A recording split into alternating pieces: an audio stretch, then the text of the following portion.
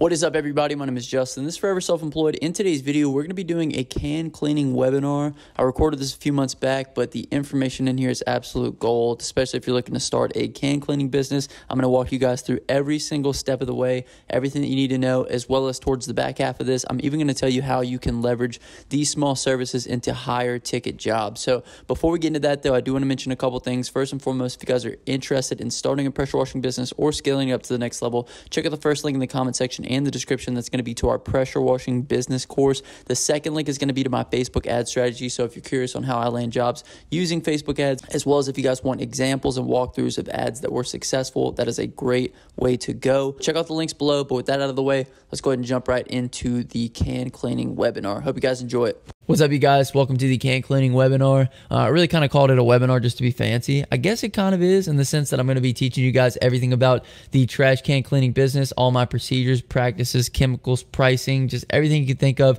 We're going to cover it in this video. You're going to be ready to launch your business right after this. So without further ado, let's go ahead and hop right into this. What I did was I created a slideshow presentation for you guys. So this is the can cleaning webinar brought to you by me. So what we're going to be covering in this can cleaning webinar is, firstly, the equipment that you're going to need, the chemicals that you're going to need to do the job, the procedures, my best practices with regards to procedures, pricing information, how much should we be charging, justifying the price to the customer, creating those recurring clients, and then leveraging small services into higher ticket. And we actually have a bonus slide for you guys that are able to make it to the end. So let's go ahead and jump right into this. First things first, let's go ahead and cover equipment. Obviously, this is a pressure washing service, so the first thing that's going to be most necessary is going to be a pressure washer. So I recommend 2,500 or less PSI is preferred, just because you're going to be spraying within close proximity to the can and you don't want to blow it across the yard, as well as sometimes you're going to have to hold it and spray and it becomes a hazard to hit your arm and stuff like that. So you just want to be careful. 2,500 PSI or less. That's just my personal opinion. I got a Craftsman from Lowe's. I paid about $249 for it. It was on sale. I think they run sales on these little small pressure washers all the time, and it's pretty much perfect. It's small, it's light. I leave it in the back of the truck towards the tailgate. I just pull down the tailgate, and then I'm able to pull the hose out, which is another thing that you need. Make sure you have a hose for your washer. I'm able to pull the hose out, connect to the customer's water, and I'm ready to roll. And I don't have to do any prep work like pulling it out, setting it up, none of that. It's ready to roll when I pull up. So you're also going to need a pump sprayer, a pump-up sprayer, basically about 25 bucks. You can get that from Lowe's as well. And then another very important thing is hand, eye, and mouth protection, because we are going to be dealing with trash cans. I don't need to tell you guys, trash is nasty. There's no telling how long these cans have been sitting there. The juice is in them. There's bugs in them. There's all kind of crazy stuff. So make sure that you have hand, eye, and mouth protection whenever you are doing these can cleanings. Absolutely crucial. And the last thing that you're going to need is garbage bags. So the first couple can cleaning jobs that I did not think of this, but sometimes when people put their trash out, it'll get dumped, but there's going to be some trash residue in the bottom. There might be wrappers, there might be boxes. There's no telling what's going to be at the bottom of those cans. So what you're going to want to do is you're going to want to bring some garbage bags as well to take that extra trash out of there, which goes back to the hand protection. Don't be sticking your hand in there without any protection on it. Take that extra trash, throw it in the garbage bag, throw it in the back of the truck. I didn't have that on these first couple jobs that I did, and I really regretted it, because it's just nasty, man. You don't want to have to deal with other people's garbage and it being free to roam around. So the next thing we're going to hop into is chemicals. The first chemical is going to be most important is sodium hypochlorite, which is essentially pool shock. Now, a plain old bleach will also do the trick. So if you guys don't use pool shock in your pressure washing business currently, you can just get some regular bleach. As well as the next thing you're going to need is a degreaser. I personally got Simple Green just because they were out of Purple Power when I went to Lowe's. So you could use Simple Green or Purple Power. The Simple Green that I have is the purple one. So that's the one that I recommend. I think it's specifically a degreaser. The next thing is water, which is not a chemical. However, it is needed to complete the mix, which I'm about to go over in here in just a second. So make sure you got access to water, obviously.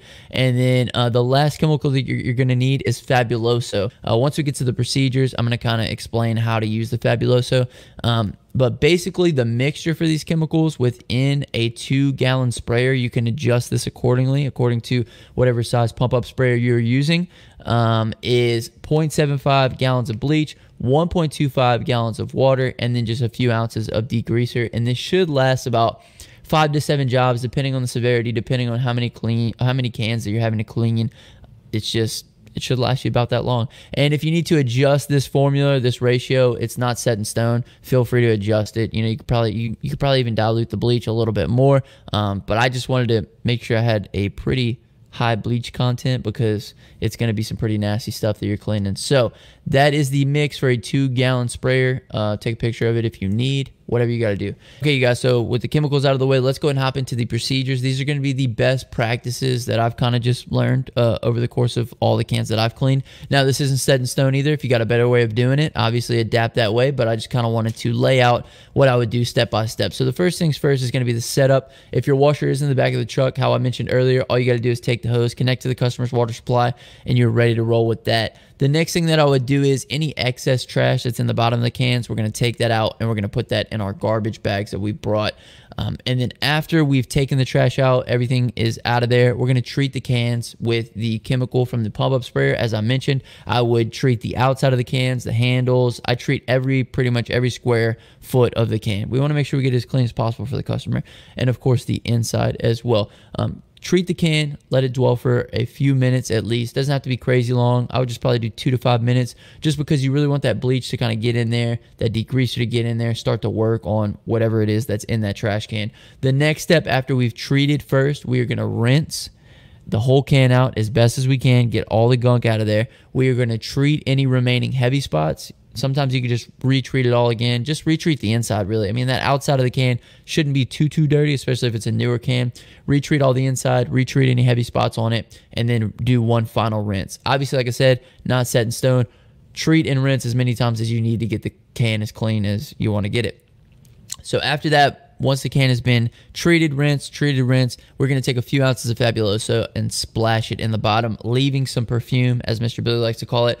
That Fabuloso, I'm not sure if you guys have ever smelled it before, but if you do go get some, smell it. It is very pungent, and it will stay that way in the can for a while, and it's going to give the customer, an added feeling of comfort, and they're going to feel like you really did a good job cleaning their can, so that's something that we want. So that's all I say. Just a few ounces of Fabuloso, splash into the bottom of the can. It will dry. And then the last thing that you can add to your procedures list, I've seen a few people do this online, is wipe the can down with a rag of some sort, just to kind of dry it off the outside of the can. Give it a better presentation when the customer does come back out to take a look at it. This is not something that I do because I'm not going to be dirtying rags with trash cans. I don't think that they're that important. I just let them air dry, especially because it's so hot out here. So anyway, that's something that you can add if you like an extra step up of professionalism. You can wipe down the outside of the can if you'd like. The next thing we're going to talk about is pricing. How much should we charge? So when I was trying to figure out pricing, I decided we were going to start high just to test the market because can cleaning is a dirty business. I don't need to tell you guys about cans. I know you probably know that they are extremely dirty. So we need to be compensated for the work that we're doing, and we're going to get into justifying the price here in just a second. But first and foremost, let's talk about pricing. I started off doing $50 for the first can, $20 for everyone after that. Usually people have about 2 cans, so that means we would make about $70 a stop. I could usually get it done in about 30 minutes. $70 in 30 minutes, not bad. $140 in an hour, that's even better. So that's where I started at. That's where I'm currently at. I don't land all my jobs, but I included this next part in here so that way you guys can adjust it and land the amount of jobs that you want to. So we want to adjust the price based on the conversion rate and the lead flow. So basically, when your lead flow is low, you have to charge a lower price. When your lead flow is high, you can charge a higher price. Same goes with your conversion rate. So if you have a low conversion rate, you need to lower your price. If you're having a high conversion rate, like you're landing 9 out of 10, 10 out of 10 jobs, we can charge a higher price. We're losing money. So use this as a scale, if you will. There's no perfect pricing method. There's no one size fits all. There's no calculation that I can give you. You can plug in and say, okay, this is the perfect price. Use this to kind of balance the scales a little bit. So lower lead flow, lower price, higher lead flow, we can raise the price. The conversion ratio. If we're landing 1 out of 10 jobs, our price is probably too high. If we're landing 10 out of 10 jobs, our price is probably too low. Use that, balance it out, figure out a good system of where you need to be at to get the amount of jobs that you want to get. So the next thing with regards to pricing is, do you see anyone in your area advertising for this service? So what you can do is you do a quick Google search. You can look around, see if there's any competitors in the area. If there isn't, that means that there's less competition. When there's less competition, you can charge higher prices. Now, there's really not any competition, especially when you're using some of my advertising techniques, because no one's advertising for this that I've seen. Maybe in your area, could be different. If you do see people advertising in your area, what are their prices? Figure that out and then try to be competitive within the marketplace. I've seen some of these companies that have these garbage trucks that like connect the can. They bring them up, they wash them in like 5 minutes, and then they just set them down. Somebody wipes them down.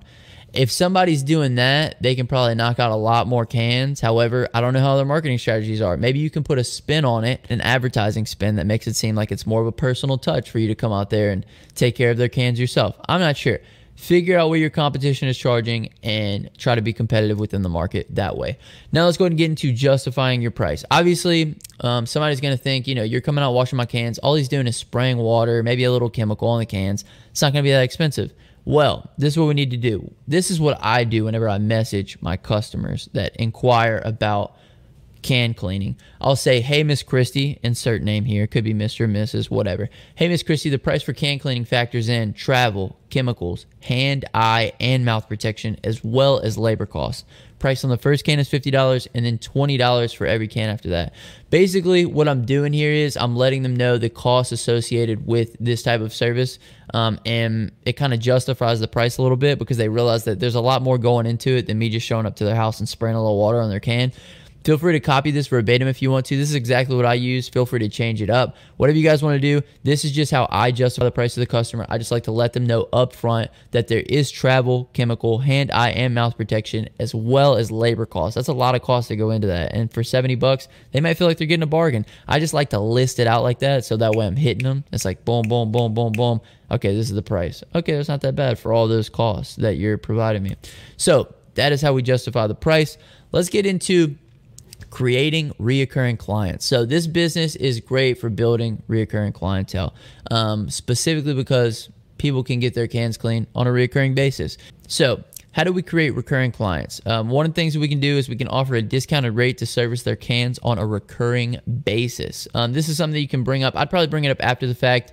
It's more important to get that first job in the books, and then we'll just keep up with the client after that. And the next point kind of goes into how we can keep up with the clients. We want to put our clients in a CRM and follow up with them on their can cleaning. So what you can do is you can do a service, you put them in your CRM, you set an email automation for 3 months to go out to them saying, hey, how's it going, Miss Christie? We did your cans about 3 months ago. A lot of our clients are currently on a quarterly schedule. If that's something you might be interested in, let us know. And then the next thing you can do is you can say, if there's anything else that you might need help with in the future, please let us know as well. We also offer pressure washing services. So have a CRM. If you guys go to any one of my YouTube videos, you can click the comment section description. There's a free trial for a 2-week free trial for a CRM in there. Go try it out, test it out, plug some clients in there. It's a great way to keep up with people rather than just a pen and paper or just through your phone. You will lose your clients. There is customer acquisition costs. Another thing that we can do within the CRM is if they don't bite on that first 3 months, we can offer discounts. We can run specials. We can ask them if there's anything else that they need help with, kind of how I mentioned earlier. And then, like I said earlier as well, let your clients know that many of your other customers are currently on a quarterly cleaning schedule to maintain cleanliness and keep up on their cans. Offer them a discount for that. I mention it within my ad, but like I said, you can mention it within follow-up emails. You can just mention that, on follow-up text messages, whatever you want to do. Just let them know that other customers are doing this on a quarterly basis and kind of make them feel as maybe they're left out if they don't follow suit with that. So that's how we create reoccurring customers within the business. The next thing we want to do is we want to leverage small services, which is what this is, a small service, and we're going to leverage our way to big ticket. So small services are low risk and relatively low cost for new customers. I mean, $70, you could go to the gas station and drop $70. You go to the store, you're going to drop like 3 times that. You go to the restaurants, you're dropping $70. So it's a relatively low cost, and all you're doing is washing cans. That's low risk. What's the worst that could happen? You're going to blow a hole in the bottom of the can or something. So low cost, low risk. It's great to get our foot in the door for bigger services, because obviously somebody's house, that's like their prized possession. That's like the most expensive thing that they own.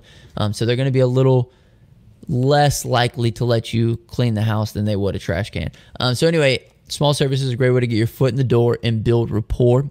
What we want to do is we want to leverage referrals from small services into bigger jobs. So every single job that you're doing with can cleaning, you need to be getting referrals, you need to be getting testimonials, you need to be stacking those and basically letting those work for you. So you might do a can cleaning for Miss Christie, and Miss Christie's sister is Sarah, and Sarah goes, "Oh, I need my driveway washed." And then you get that referral, you go do the driveway wash, and you say, "Hey, Miss Sarah, if you don't mind leaving me a testimonial." Miss Sarah leaves you a testimonial. Maybe Miss Sarah has a cousin. His name is Dave. Dave's got a shed that needs to be washed. You see how this all happens. Basically, we landed one customer. The testimonials carried us all the way over until we were doing a shed. So leverage referrals for small services into bigger jobs. The next thing that we can do is we can put together a quote for them on the other services that we offer in case they may be interested in getting some other work done. So after we've completed the job, we've collected the money, we would probably just say, "Hey, Miss Christie, while we were there, we did notice a driveway in the house. We do tons and tons of driveways and houses. I just figured I'd go ahead and quote it for you.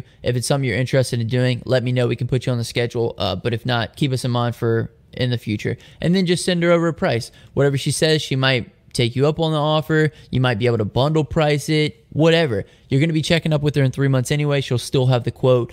But just send her over a quote on driveway and house as well. You could do fencing, you could do back decking, whatever. The likelihood is that she'll see the quote. She'll say, "Oh, okay, great. Thanks so much." And then maybe you touch base with her a little later and she says, "You know what? Let's go and knock out the house and the driveway as well later down the road." So make sure that you're quoting people on stuff that they didn't really even ask for as well. Okay, so the last thing I want to mention with regards to leveraging small services, like I said in the last slide, is keep up with your customers. Like I said, I have a link in all my comment sections and descriptions to a free CRM. Try it. Use it. Keep up with all your customers. If you made it this far in the video, you are being rewarded with a bonus slide. This bonus slide is pertaining to positioning for advertising. So basically, with regards to positioning for advertising, what we want to do is we want to focus on the pain points for our customers. So what do they want to avoid? They want to avoid pests, rodents, stinky cans, eyesores. We want to make sure that we accentuate that within our advertisement. We want to also accentuate what they want to achieve. What is their desired outcome? Their desired outcome is peace of mind, not having to worry about anything. So we want to accentuate the bad things because this is why we're providing the service, and we want to bring them to the conclusion that they can have peace of mind after we do the service. So the last thing is let your before and after pictures do the talking. My buddy Dakota was posting in the groups with this crazy before and after picture, and he was getting a ton of people asking what the price was on some of his posts, which is what we want. So even if you have to stage your before and after pictures, even if you got to take like a couple cans of ravioli and toss it in there with some oatmeal and just make it look real nasty and then just wash it out and make it look like the cleanest can you've ever seen, just go ahead and do it. Create a stark contrast between what they currently have and what they could have, and then create in their mind what they would like to avoid, obviously pests, rodents, eyesores, and then bring them to the fact that with your service, you can provide them a peace of mind. Okay, so if you guys did get some great value out of this webinar, please go to my YouTube channel, leave me a comment on any video. I'll probably see it and just say, "Justin, that can cleaning webinar was absolutely crazy." This is a great service, great way to get your foot in the door, like I said, to leverage. So use it to the best of your abilities. Like I said, my name is Justin. This is Forever Self-Employed. And until next time, hustle hard and get that money, baby. Peace.